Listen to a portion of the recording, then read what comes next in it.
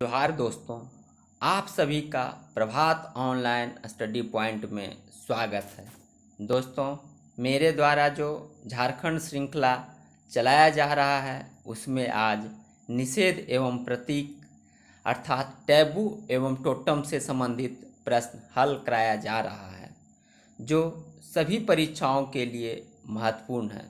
दोस्तों, मेरे द्वारा हर वीडियो का अप टू डेट पाने के लिए चैनल को सब्सक्राइब कर लें और बेल आइकन ज़रूर दबा लें। तो चलिए दोस्तों, प्रश्न की ओर चलने से पहले निषेध और टोटम क्या होता है इसके बारे में थोड़ा जान लेते हैं। निषेध टैबू का हिंदी रूपांतरण है। यह अनेक प्रकार की प्रतिबंधात्मक आज्ञाओं का वह सामाजिक आदेश है जिसमें अनेक कर्मकांडीय व्यवहारों का समावेश पाया जाता है। जनजातियों में इस निषेध की शक्ति कानून के समान होती है, जिसके उल्लंघन को एक गंभीर सामाजिक और धार्मिक अपराध के रूप में देखा जाता है। वहीं टोटम का संबंध गोत्र से होता है।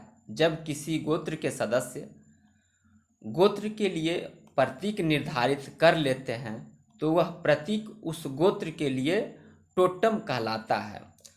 उस टोटम के प्रति श्रद्धा, विश्वास और आदर भाव रखना टोटमवाद कहलाता है। जैसे यदि किसी जनजाति का गोत्र कच्छप है तो उस जनजाति के व्यक्ति के लिए गोत्र का प्रतीक चिन्ह कछुआ होगा और कछुआ उस गोत्र वालों के लिए टोटम होगा। तो चलिए दोस्तों, प्रश्न की ओर चलते हैं। आज का पहला प्रश्न है, संथाल जनजाति में महिलाओं को कहाँ जाना निषिद्ध है? संथाल जनजाति में महिलाओं को मांझी थान जाना निषिद्ध है। मांझी थान वह स्थल है जहाँ पंचायतें बैठती है। संथाल जनजाति की पंचायतें जहाँ बैठती है उसे मांझी थान कहा जाता है। अब इसका अदर ऑप्शन पर बात करते हैं तो सरना स्थल देवताओं का निवास स्थान होता है। सरना देवताओं का निवास। और एक शब्द है अखरा, ये नृत्य का मैदान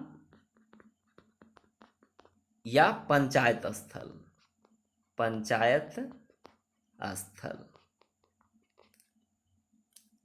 आगे बढ़ते हैं दोस्त। किस जनजाति में महिलाओं को हल एवं तीर धनुष चलाना और छूना निषिद्ध है? किस जनजाति में महिलाओं को हल एवं तीर धनुष चलाना और छूना निषिद्ध है? तो देखिए इसका आंसर, ये हो जनजाति में महिलाओं को हल एवं तीर धनुष चलाना एवं छूना निषिद्ध है। आगे बढ़ते हैं दोस्त। किस जनजाति में महिलाओं को धान बोना, छप्पर पर चढ़ना और एवं छप्पर छानना निषिद्ध है? तो देखिए, ये मुंडा जनजाति में महिलाओं को धान बोना, छप्पर पर चढ़ना या छप्पर छानना निषिद्ध है। आगे बढ़ते हैं दोस्त। मुंडा जनजाति में गांव की विवाहित बेटियां को किसका प्रसाद लेना निषिद्ध है? मुंडा जनजाति में गांव की विवाहित बेटियों को किसका प्रसाद लेना निषिद्ध है? तो देखिए, मुंडा जनजाति में गांव की विवाहित बेटियों को सरहुल का प्रसाद लेना निषिद्ध है। आगे बढ़ते हैं दोस्त।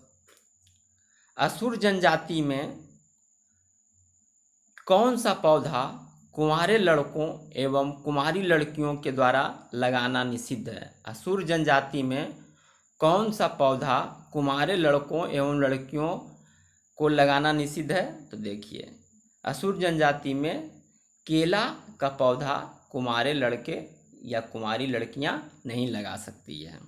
आगे बढ़ते हैं दोस्त। किस जनजाति में गर्भवती स्त्रियों को ग्रहण देखना निषिद्ध है? ग्रहण यथार्थ सूर्य ग्रहण और चंद्र ग्रहण। तो देखिए इसका आंसर, ये असुर जनजाति में गर्भवती स्त्रियों को ग्रहण देखना निषिद्ध माना जाता है। आगे बढ़ते हैं दोस्त। किस जनजाति में यदि परिवार में कोई गर्भवती महिला होती है तो उस परिवार का कोई सदस्य चांदी पर्व में भाग नहीं लेता है?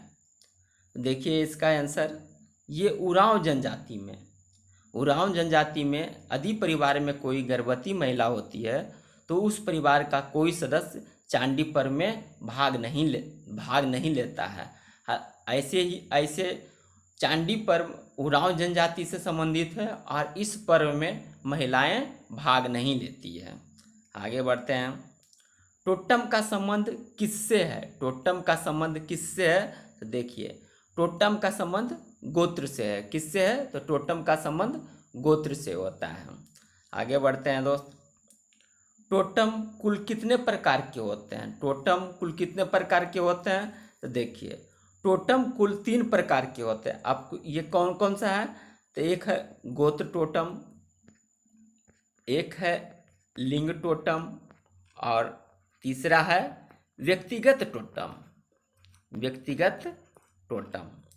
आगे बढ़ते हैं दोस्त। किस टोटम का क्षेत्र ज़्यादा विस्तृत होता है? किस टोटम का क्षेत्र ज़्यादा विस्तृत होता है? तो देखिए, ये गोत्र टोटम का क्षेत्र ज़्यादा विस्तृत होता है। गोत्र टोटम को वन्य जाति टोटम कहा जाता है। इसलिए कहा जाता है कि गोत्र का प्रतीक कोई न कोई पेड़ पौधा या जीव जंतु होते हैं।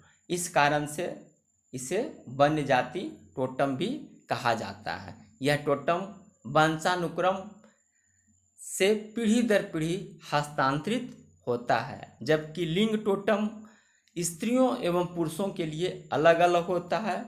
वहीं व्यक्तिगत टोटम निजी होता है, जिसका महत्व केवल उस व्यक्ति के लिए होता है जिसने किसी पेड़ पौधा या जीव जंतु को प्रतीक के रूप में स्वीकार किया है। जैसे यदि मैंने किसी साल के वृक्ष को स्वीकार किया कि ये मेरे लिए प्रतीक है, पवित्र है, तो सिर्फ मेरे लिए ही टोटम होगा, ना कि मेरे गोत्र के अन्य सदस्यों के लिए भी।